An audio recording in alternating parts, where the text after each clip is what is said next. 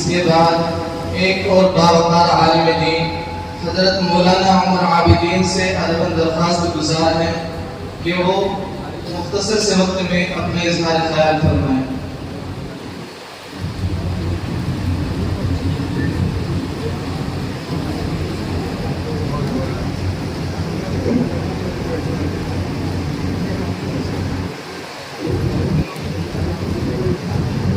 بسم اللہ الرحمن الرحیم، الحمدللہ والصلاة والسلام علی رسول اللہ صلی اللہ علیہ وسلم، اما بعد۔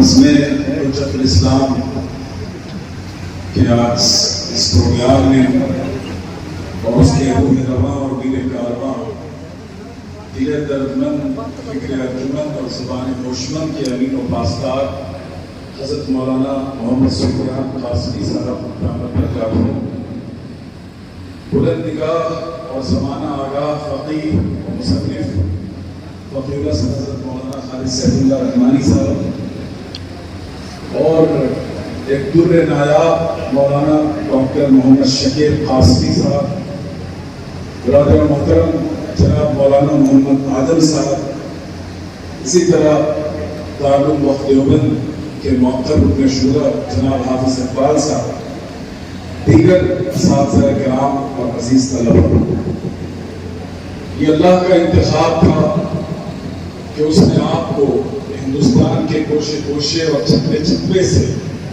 منتخب کر کے دیوبند اور دارالعلوم دیوبند کی آغوش میں پہنچایا۔ اس بات پر آپ اللہ کا جتنا شکر ادا کرے کم ہے۔ یہ سرمایہ فخر بھی ہے اور سرمایہ شکر بھی۔ حقیقت یہ ہے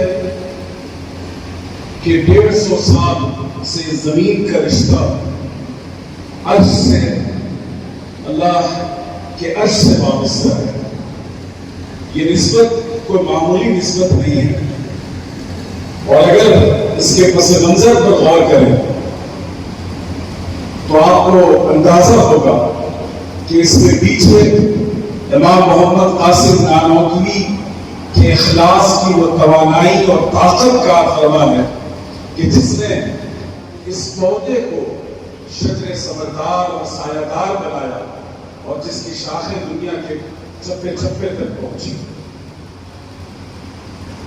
دور حاضر کے بہت بڑے محدث ہیں، اور اتفاق سے انہیں میں لے کر دارالعلوم وقت حاضر ہوا تھا، علامہ شیخ محمد علامہ حفظہ اللہ۔ مدینہ منورہ میں جب میں زیر تعلیم تھا تو ان سے بڑی راہ و رسم تھی۔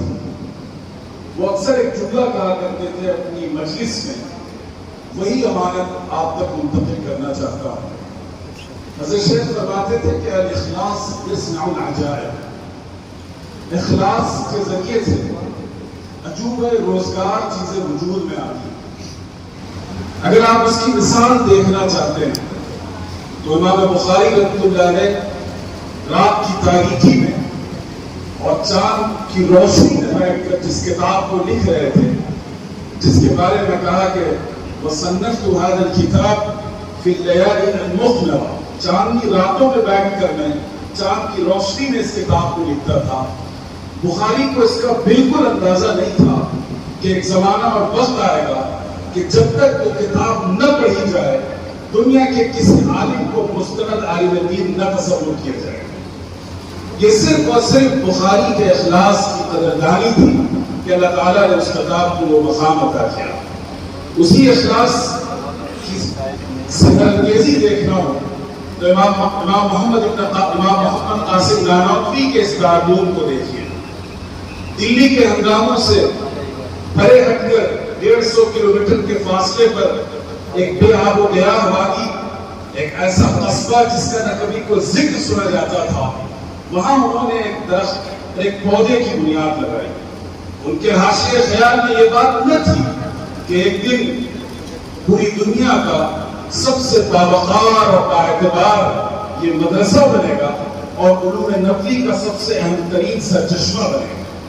یہ ان کے اور ان کے ہمراہ جو علماء تھے ان کے اخلاص کی کرامت تھی۔ اخلاص کی ایک تیسری زندہ مثال دیکھیں، حضرت مولانا الیاس صاحب رحمہ اللہ، جو ایک ایسے دیہات میں جو تہذیب و ثقافت سے جس کا کوئی خاص رشتہ نہیں رہا، وہاں انہوں نے اس آب و گیا وادی میں جا کر دین کے کام کی، اللہ کے نام کی نسبت سے بنیاد رکھی، اور آج پوری دنیا اس سے فیضیاب ہو رہی ہے۔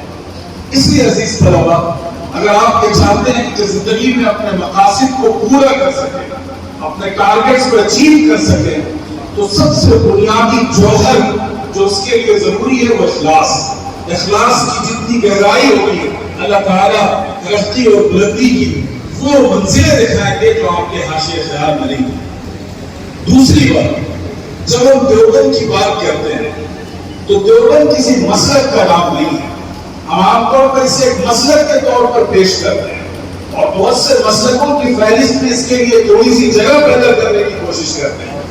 میں سمجھتا ہوں کہ دارالعلوم دیوبند اور دیوبند ایک مسلک نہیں، یہ منہج ہے، یہ وہ میتھڈالوجی ہے، وہ طریقہ ہے جو ہمارے اکابر نے صحابہ سے اور سلف سے لیا، اور اسی کو ہندوستان کے ترازو میں پیش کرنے کی کوشش کی۔ اس مسلک کی بنیاد بھی دو چیز، منہج کی بنیاد بھی جو سب سے بنیادی چیز ہے وہ دو چیزیں، ایک اختصاص، کہ انسان جس میدان میں جس فن میں کام کر رہا اس کا متخصص بنے، اور اس کے ساتھ ساتھ دوسری جو فکر دیوبند کی بنیاد ہے وہ ہے اعتدال۔ اگر یہ موبائل کام کرنا چھوڑ دے تو آپ اسے اپنے جیب کی زینت نہیں بنائیں گے، یہ پنکھے اگر ہوا دینا چھوڑ دیں تو اسے آپ کباڑ خانے میں ڈال دیتے ہیں، اور کوڑی کے دام اسے فروخت کر دیتے ہیں۔ تو یاد رکھیے گا کہ مسلک دیوبند یا منہج دیوبند سے اعتدال کا دامن جب چھوٹے گا تب تک وہ دیوبندیت باقی نہیں رہے گی، ہمارے اکابر کا منہج باقی نہیں رہے گا۔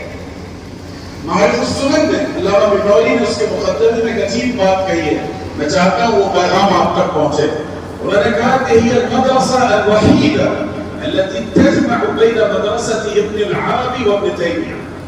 دنیا میں یا تو ابن تیمیہ کے ماننے والے ہیں اور کچھ خلوص سے کام لیتے ہیں، اور وہ لوگ امام ابن عربی کی تکفیر کرتے ہیں، اور ایک طبقہ ہے جو ابن عربی کو مانتا ہے، ان کی تعظیم و تقریر کرتا ہے، اور وہ ابن تیمیہ کی تکفیر کرتا ہے۔ لیکن پوری دنیا میں اس آسمان کے نیچے یہی وہ اعتدال پسند درسگاہ اور دانشگاہ ہے جس نے ابن تیمیہ کا بھی احترام کیا اور ابن عربی کا بھی احترام کیا، اور خذ ما صفا و دع ما کبر کے اصول پر قائم رہتے ہوئے دونوں مدرسوں سے خوشہ چینی کی۔ یہ علماء دیوبند کا اعتدال اور ان کا امتیاز ہے۔ اور آج کے دور میں جو افراد و تفریق کا دور ہے، تعصب و تنظری اور تحسب کا دور ہے، اس دور میں فکر دیوبند کی پہلے سے زیادہ اہمیت ہے۔ اس لیے علماء دیوبند کی کتابیں امام قاسم نانوتوی ہیں، علامہ رشید احمد گنگوہی ہیں، حضرت مولانا اشرف علی تھانوی ہیں، اور پھر حضرت مولانا قاری محمد طیب صاحب ہیں، علامہ انور شاہ کشمیری ہیں۔ یہ وہ لوگ تھے جو فکر دیوبند کے ترجمان اور پاسدار تھے، ان کی کتابوں کو پڑھنے کی کوشش کی۔ اردو شروحات اور تقریر، شعلہ بیان اور جگر پھاڑ تقریریں تو بڑی دلچسپی سے پڑھتے ہیں، لیکن جو اصل آپ کا مرجع اور مصدر ہے اس سے وابستہ ہوئی۔ تیسری بات، قدیم زمانے میں کسی مدرسے سے فارغ ہونا، عالم دین ہونا ایک شرف کی بات تھی، اعتزاز اور اعزاز کی بات تھی۔ زمانہ بدل گیا، زمانے کے رویے بدل گئے۔ جس زمانے میں آپ مدرسے تک پہنچے ہیں، یہ مدارس کی تاریخ کا سب سے نازک دور ہے۔ اسلامی تاریخ میں جو ہمارا تسلسل رہا ہے مختلف روایتوں کا، وہ سارا کا سارا کارواں لٹ گیا، پٹ گیا۔ اب ہمارے پاس کوئی پونجی نہیں رہی۔ ایک آخری ورثہ جو عہد نبوی سے چل کر آج تک اپنی اصل حیت پر باقی ہے، وہ ورثہ ہے مدارس کا۔ اسے بچا لیجیے۔ جتنا طلبہ کا رجوع کم ہوتا جا رہا ہے، علوم اسلامی میں اختصاص کا مزاج ختم ہوتا جا رہا ہے، صلاحیتوں کا فقدان ہوا جا رہا ہے، اگر آپ اس امانت کو سنبھالیں گے تو ضائع کر دیں گے۔ لیکن اپنے ناتواں کاموں کو مضبوط کیجئے، مطالعہ اور استعداد اور صلاحیت اور اختصاص پیدا کر کے، اور مدارس کی اس امانت اور اس ورثے کی حفاظت کیجئے کہ اگر یہ کارواں بکھر گیا تو یہ ورثہ ہمیشہ کے لیے ختم ہو جائے گا۔ یہ آخری امید کا مرکز ہے۔ اس لیے عزیز طلباء اس جانب توجہ کیجئے۔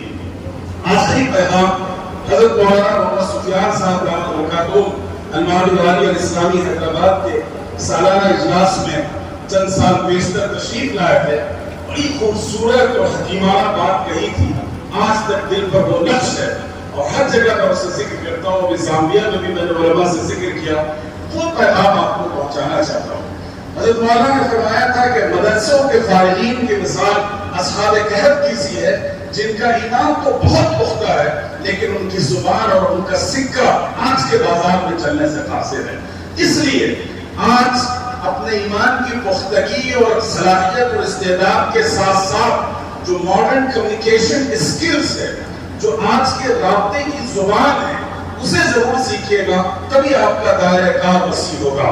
اور دوسری بات, وہ سکہ جو ٹرمینالوجیز ہیں, جو اصطلاحات ہیں, آج کی جنریشن اور نسل جس انداز میں باتوں کو سمجھنا چاہتی ہے, وہ انداز اپنے اندر پیدا کیجئے تاکہ آپ کی زبان, آپ کا لب و لہجہ اسلام کی ترجمانی کر سکے, تعارف اور دعوت کا فریضہ انجام دے سکے, اور اس کے ساتھ ساتھ اسلام کے محاذ پر دفاع کے لیے آپ آج کے اسلحہ کے ساتھ کھڑے ہوں تاکہ آپ کا جو حقیقی خواب اور بنیادی فریضہ ہے وہ پورا ہو سکے. هذا وصلی اللہ علی سیدنا محمد وبارک وسلم والحمد للہ رب العالمین.